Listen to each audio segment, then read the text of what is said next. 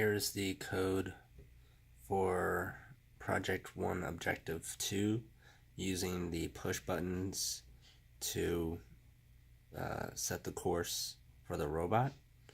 Here's all my preset code, and then we get into the void loop.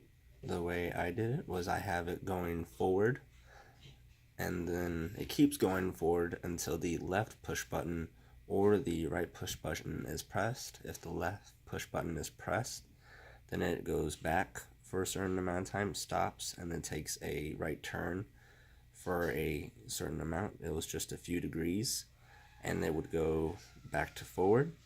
If it had hit the right push button, it would do the same, except instead it would take a left turn, stop, and then go forward.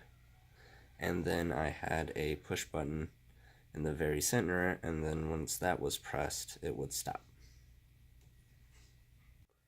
So for my second objective, I'd used the same design as I first encountered with building the Vex robots, which I used the same gear ratio that came with the directions.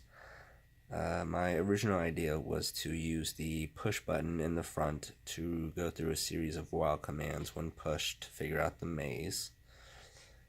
But I decided to go a easier route, and instead I decided to do 2 push buttons.